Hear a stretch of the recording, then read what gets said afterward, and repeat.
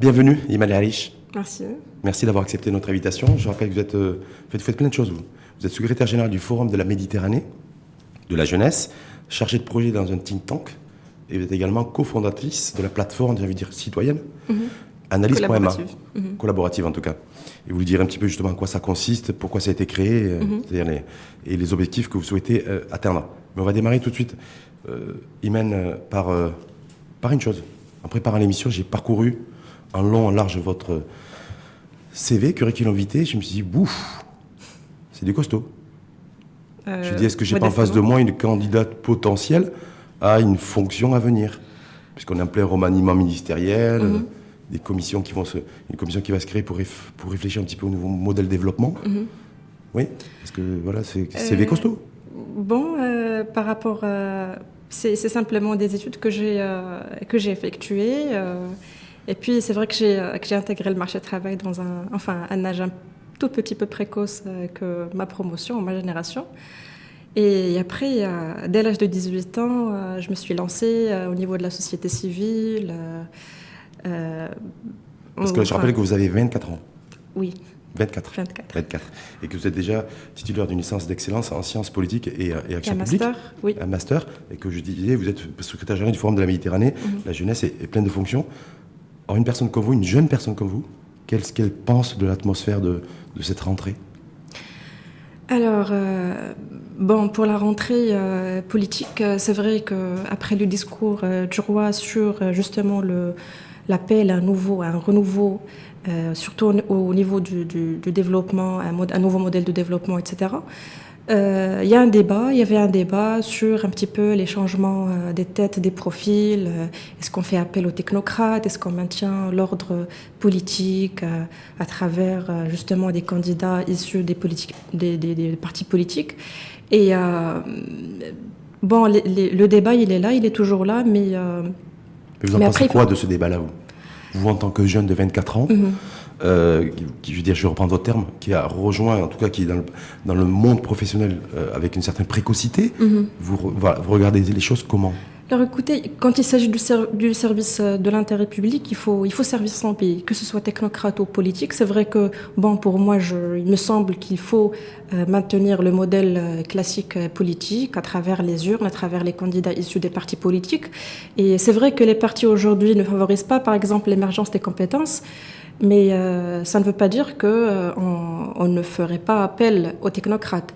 C'est vrai qu'ils ont des atouts, des compétences au niveau technique, managérial, mais après, la question de la confiance, de la légitimité,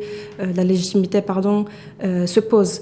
Et à ce moment-là, il faut peut-être trouver, me semble-t-il, une alchimie entre les deux, entre technocrates et politiques pour servir le pays. Et quand vous dites ça, parce que je rappelle que vous êtes très engagé dans la société civile, est-ce que vous considérez aussi qu'il faut intégrer aussi, que ce soit dans le renouveau politique ou renouveau avec des profils technocratiques des jeunes?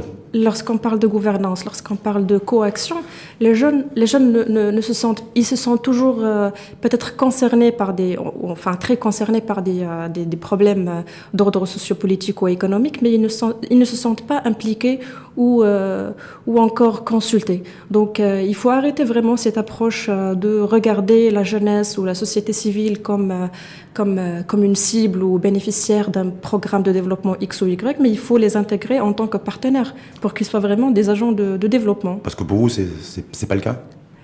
Parce que j'ai vu que vous avez dit, voilà, le politique dans son ensemble parle souvent de jeunesse, en tout cas il l'introduit dans son discours, mais il n'y a jamais d'acte.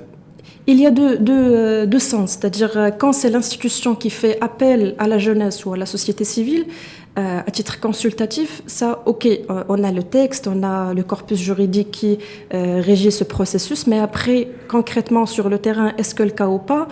Je n'ai aucune réponse. Peut-être c'est rare de dire que les institutions font vraiment appel, si ce n'est pour des grands débats ou des grands forums ou un nombre limité des acteurs de la société civile qui y participent. Mais sinon, sur le terrain, c'est vraiment la société civile qui fait l'effort de faire entendre son message. Pourquoi le politique n'a pas, selon vous en tout cas, n'intègre pas la jeunesse et les jeunes dans son mindset? Est-ce que c'est parce qu'il est complètement déconnecté, il est sur une autre galaxie, ou simplement parce que les jeunes ne votent pas, où ils sont très peu à voter lorsqu'il y a des consultations électorales, même s'ils sont très nombreux, parce que c'est une population majoritaire dans le pays. Écoutez, le fait de voter ou ne pas voter ne justifie pas le fait de ne pas intégrer les jeunes.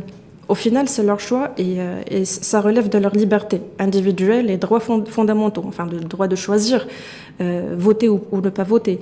Mais faire appel à la jeunesse, je trouve que les événements nous dépassent et qu'on n'a pas vraiment une mise à jour de ce qui se passe, les mutations au niveau international, le développement le secteur du développement en tant que tel impose à ce que cette catégorie ne soit pas catégorisée, mais qu'elle soit incluse dans ce processus de prise de décision, de l'agenda setting, la mise sur agenda, parce que cette catégorie, elle est concernée. Donc c'est hors de question de ne pas l'inclure. Et vous avez dit aussi, je crois savoir, parce que vous êtes très actif sur Facebook, hein, ça poste beaucoup, c'est très dynamique. Imen, que en fait, il est important aussi pour vous de bien définir qu'est-ce qu'on entend par jeune et par jeunesse. Oui.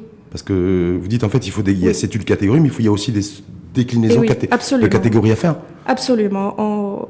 On a tendance justement à écouter ces discours politiques qui parlent de jeunes, de jeunesse et le label jeunesse, c'est comme si c'est un aspect qui est peut-être légitime les discours mais au final, de quelle jeunesse parle-t-on? De quelle jeunesse? Est-ce qu'on parle de la jeunesse urbaine? Parce que pour vous, la jeunesse urbaine, c'est pas la jeunesse rurale. Mais du tout. Même en termes de territoire, c'est différent. La jeunesse, par exemple, les besoins de la jeunesse dans la région du Nord n'ont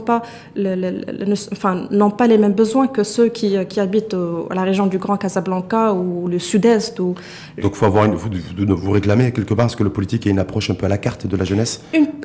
C'est vrai, une politique ou bien une stratégie nationale globale, c'est vrai, mais déclinée en sous-plan au niveau régional pour favoriser justement. Est-ce que c'est simple pour une politique, quelle qu'il soit, de pouvoir parler aussi à des jeunes, compte tenu qu'aujourd'hui, avec les nouvelles technologies, tout le monde est smarté, tout le monde s'informe, tout le monde donne son avis ou livre son opinion sur les réseaux sociaux.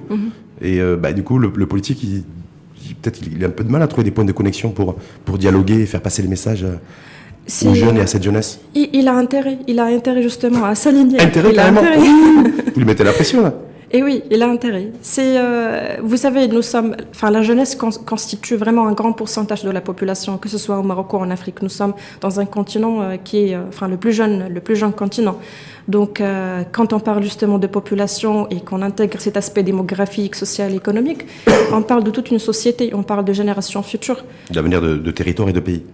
C'est ça. Donc, si moi, j'ai été amené à faire de la politique, et que je m'adresse à Imen pour dire, voilà, en termes de conseils en com, est-ce que vous me conseilleriez d'aller pour toucher la jeunesse, d'aller sur des sujets comme l'avortement, comme les relations sexuelles hors mariage, c'est-à-dire toutes ces questions de liberté individuelle? Est-ce que vous diriez, voilà, Rachid, tu veux faire de la politique et parle aux jeunes, c'est de ça qu'il faut leur dire. Excusez, mais aujourd'hui, les événements nous dépassent.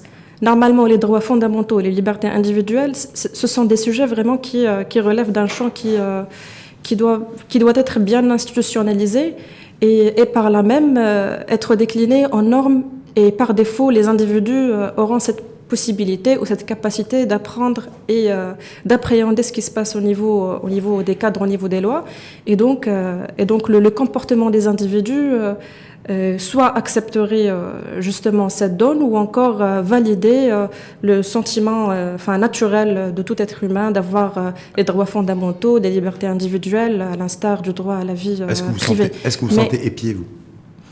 Est-ce que vous sentez sous surveillance? Parce que j'ai vu qu'il y avait un manifeste, vous l'avez vu, qui circule, une espèce de méga pétition, initiée par, je crois, Leila Simani et Sonia Tarab, sur libéraliser un petit peu certains articles du code pénal pour casser certaines libertés liberticides et faire en sorte que essentiellement la gente féminine puisse aussi jouir de droits, en tout cas individuels plus importants.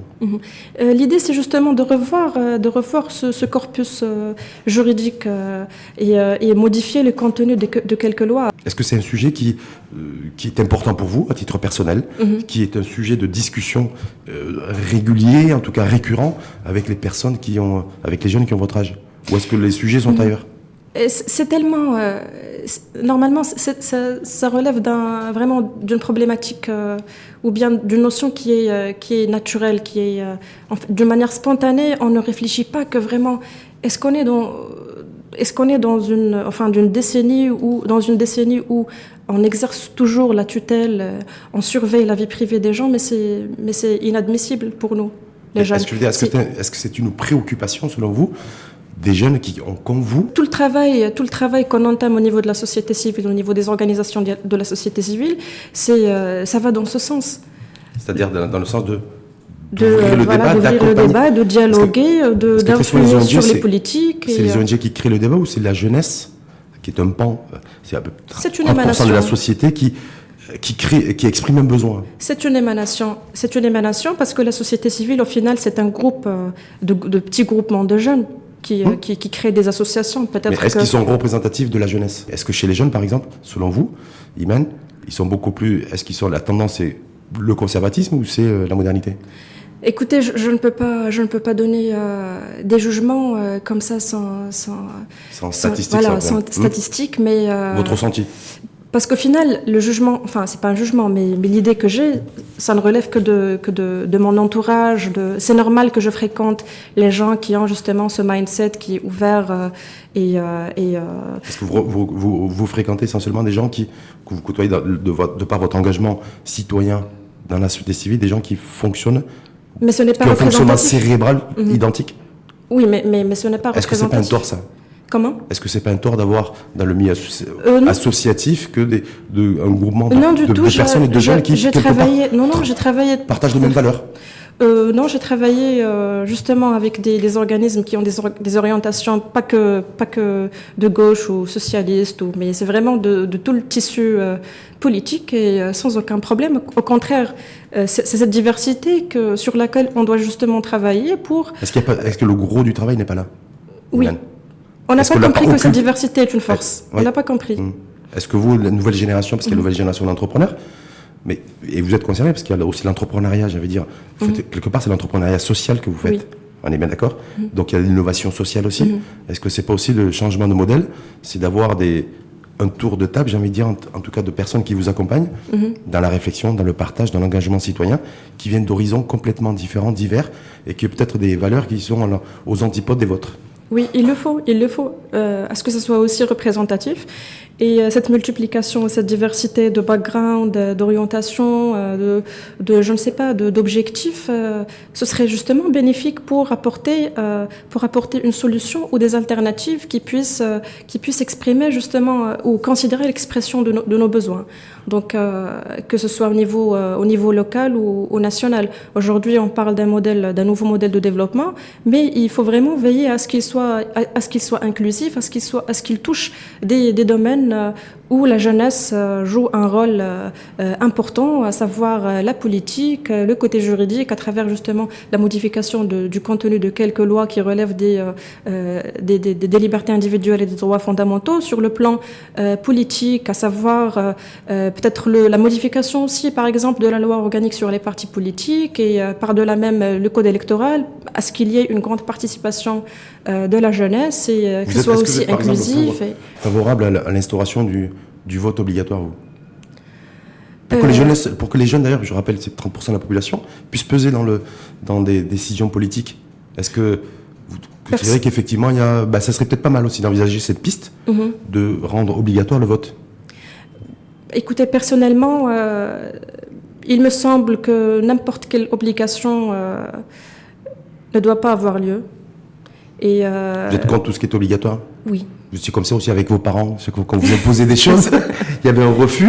Mais il faut trouver d'autres moyens qui justement seraient en mesure d'impliquer les jeunes, que ce soit à travers les partis politiques, via le vote ou dans le cadre de la société civile, pour apporter des alternatives, participer justement à la construction du pays et à son développement. Donc, pas que par le vote. Un petit mot, on a parlé des relations sexuelles hors mariage et les dispositions juridiques que vous appelez, vous, comme celles et ceux qui ont lancé ce manifeste, en fait, sur des lois dites liberticides.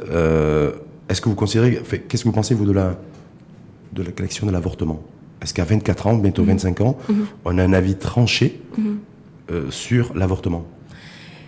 C'est un débat Enfin, malheureusement, nous avons justement cette tendance de dire, par exemple, que c'est un débat peut-être qui va avoir fin à travers justement un projet de loi. Oui, parce que c'est mais quelque chose qui est après, il prévu faut voir apparemment. le contenu et les limites. Avoir des conditions pour avorter ne sera pas une solution. Vous savez pourquoi je vous pose cette question, Iman? Parce qu'en fait, que ce soit les relations sexuelles en mariage, parce qu'on en parlait au préalable, mais là surtout la question de l'avortement, qui est vraiment d'actualité, en tout cas qui est redevenue d'actualité, il y a peu d'organisations de jeunes et peu de jeunes qui s'expriment là-dessus. Et moi, ce qui me dérange toujours, c'est quand les adultes s'expriment pour les jeunes. Vous voyez, c'est comme lorsque ceux qui sont en emploi, ceux qui travaillent, parlent au nom de ceux qui ne sont pas en emploi. Voilà. Pourquoi les jeunes ne s'approprient pas ce débat sur les libertés individuelles? Oui, il y en a très peu en tout cas. Si, il y a justement des organisations et des collectifs qui font un travail énorme sur les libertés individuelles. Mais que c'est pas un débat qu'on doit s'approprier en fait. De priorité, peut-être question de, je ne sais pas, d'orientation préalable lors de la structure de leur organisation, peut-être par peur aussi. C'est un terrain glissant, c'est une question sensible selon vous? Peut-être. Pour vous?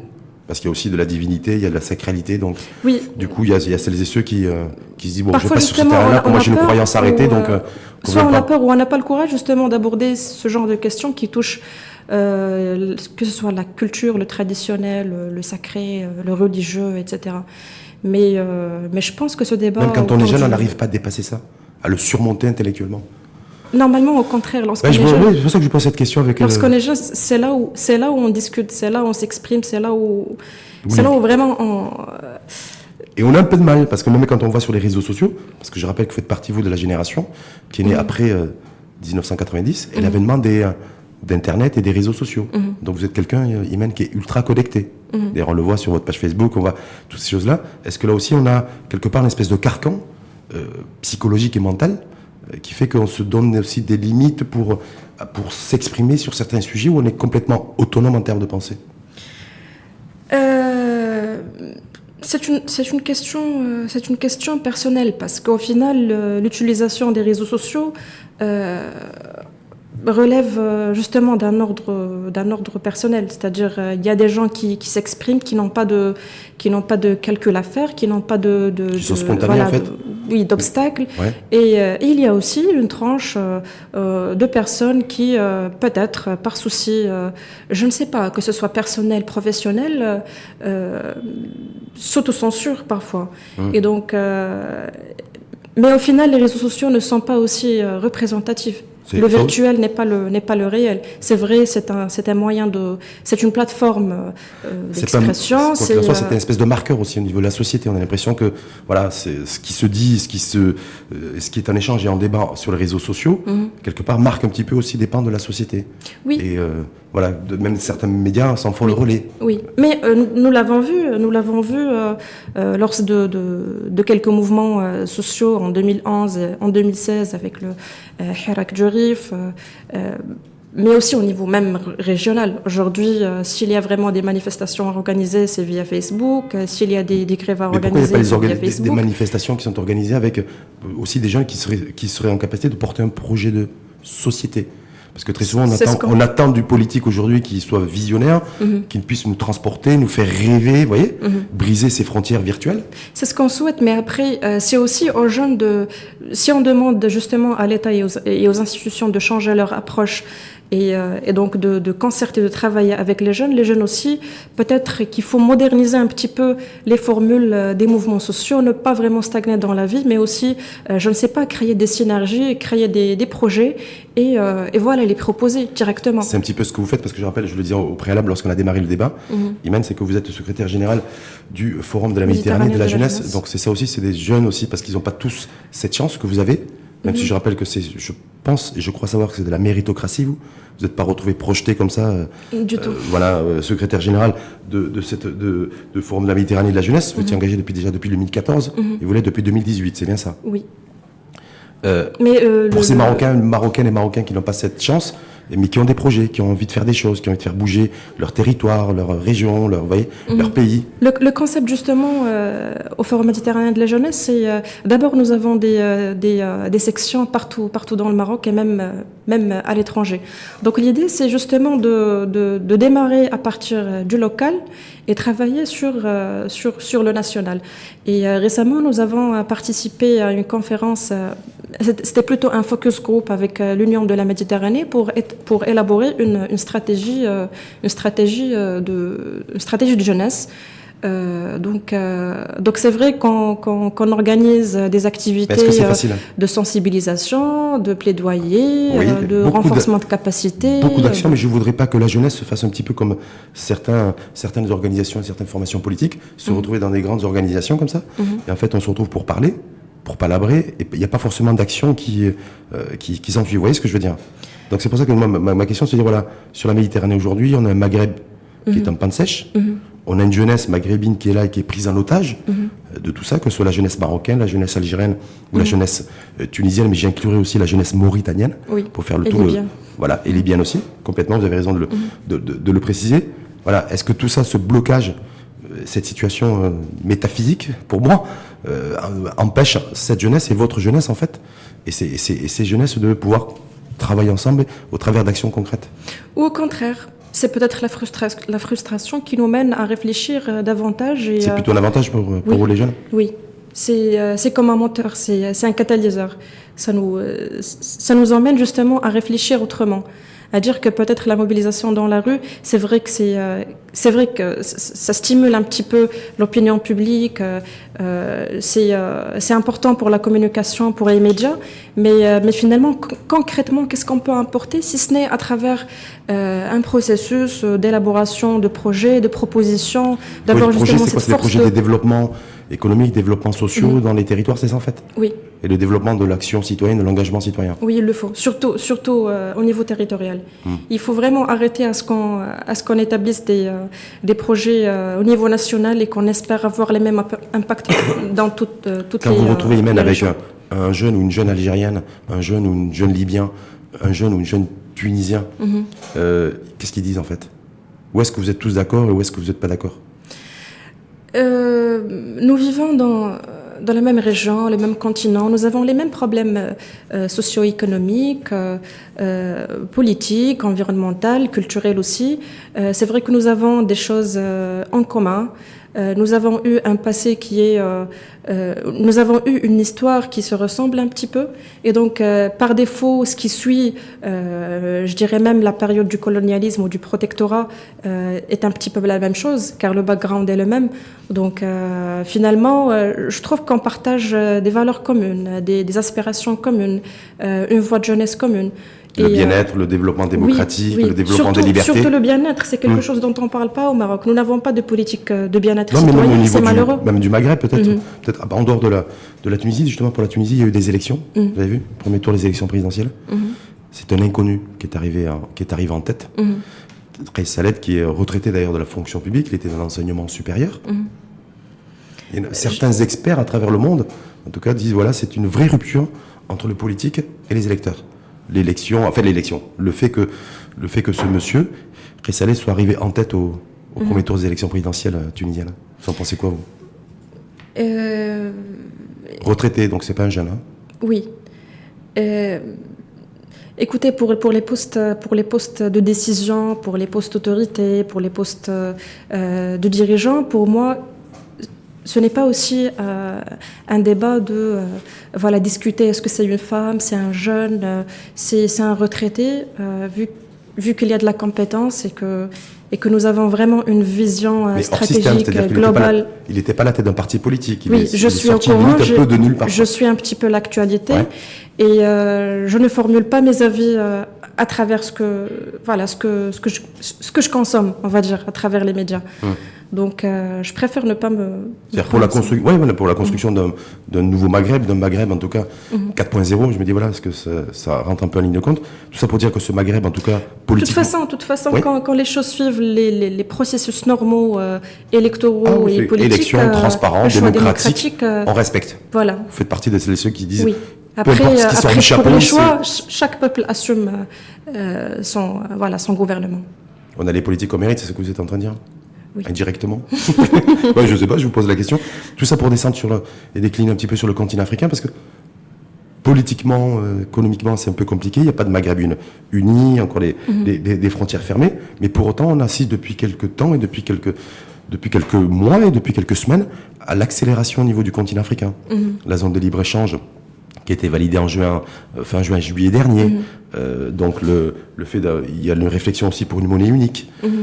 Toutes ces choses-là, je me dis, est-ce que l'Afrique n'est pas en train de donner une leçon à l'Afrique du Nord au travers de ce qui se passe aujourd'hui au sein du continent? Et je dis ça parce que vous avez planché sur un ouvrage, votre premier ouvrage sur l'Afrique. Oui. Vous nous en parlerez, mais voilà. Est-ce que vous n'avez pas ce sentiment que l'Afrique est en train de bousculer un peu l'Afrique du Nord, de le titiller? Oui, mais on ne peut pas dissocier l'Afrique du Nord de l'Afrique dans sa globalité en tant que Donc le Maghreb de l'Afrique. Il y a le Maghreb, l'Afrique du Nord. Quand on parle d'Afrique, c'est plutôt l'Afrique du Nord. Et c'est vrai que nous avons plusieurs choses en commun, mais aussi une diversité mais énorme. Au final, on peut aussi se demander, mais qu'est-ce qu'on partage au sein de l'Afrique? La langue, on ne parle pas la même langue. Peut-être que nous avons des histoires... C'est pas un frein. Du tout, mais du tout. Justement pour dire que ces facteurs, ils ne doivent pas justement arrêter ce processus d'inclusion, d'intégration régionale, etc. Donc, travailler en termes continentaux, au contraire, ça peut apporter... Mais vous qui avez 24 ans, une fois de plus, de se dire, voilà, en dehors du Maghreb et de l'Afrique du Nord, toute l'Afrique est en marche. Beaucoup de pays sont en marche. Et je parle de cette zone de libre-échange aussi, les échanges commerciaux, les grandes puissances de ce monde. Et je sais que c'est un sujet que vous connaissez très bien, que ce soit la Chine, les États-Unis, la France, l'Angleterre, tout le monde est là, tout le monde suit de très près tout ce qui se passe. Et nous, au niveau du Maghreb, on se regarde en chien de faïence. Donc, est-ce que là, il n'y a pas un rendez-vous qu'on risque de louper? Et ça peut-être que ça va être le dernier rendez-vous d'ailleurs. D'où l'intérêt de s'orienter plutôt Afrique que Maghreb. C'est vrai que... Donc, le choix stratégique du Maroc de décliner toute sa vision diplomatique. C'est déjà entamé. Ce n'est plus une discussion, justement, à travers l'adhésion ou bien le retour du Maroc à l'Union africaine. C'est quelque chose qui a été exprimé concrètement sur terrain, à travers les institutions, à travers les accords, à travers... Mais pour vous, en tant que jeune, est-ce que vous avez embrayé le pas? Parce qu'on a demandé à ce que les entreprises aussi embrayent le pas avec l'implantation en Afrique, avec le développement des échanges commerciaux entre le Maroc et les pays africains, entre différents opérateurs. Il y a les banques, il y a les assurances. Mais quid de la société civile? En dehors de toute l'organisation, on fait plein de forums, nous, au Maroc, sur ces trucs-là. Mais je me dis, moi, est-ce que concrètement, là aussi, on a une société civile et essentiellement des jeunes qui ont pris le wagon? Le bon wagon, en l'occurrence. Il me semble que ces dernières 5 années, c'était plutôt une tendance. Et ça peut être un avantage, comme ça peut être un inconvénient, de voir aussi est-ce que cette société civile porte vraiment ce souci africain porte vraiment l'intérêt de travailler sur le continent africain, de réfléchir ensemble avec nos amis africains. Et donc l'idée, c'est de s'ouvrir vers l'autre. C'est de comprendre ce qu'on peut faire ensemble. De s'ouvrir vers l'autre et de s'ouvrir sur celui aussi qui est chez nous et qui vient chez nous. Il le faut. Non, mais je vous pose c'est une priorité aussi. Ça a l'air évident dans votre esprit, et tant mieux, mais ça n'est pas forcément dans l'esprit de tout le monde. Vous êtes d'accord avec moi? Peut-être qu'au niveau du continent africain, il y a quelques obstacles parce que nous n'avons pas vraiment assez de coopération avec la société civile en Afrique, mais à travers les institutions comme l'UA, il y a des instances qui sont spécialisées dans le secteur de la société civile et la jeunesse à travers des forums et des conférences de consultation.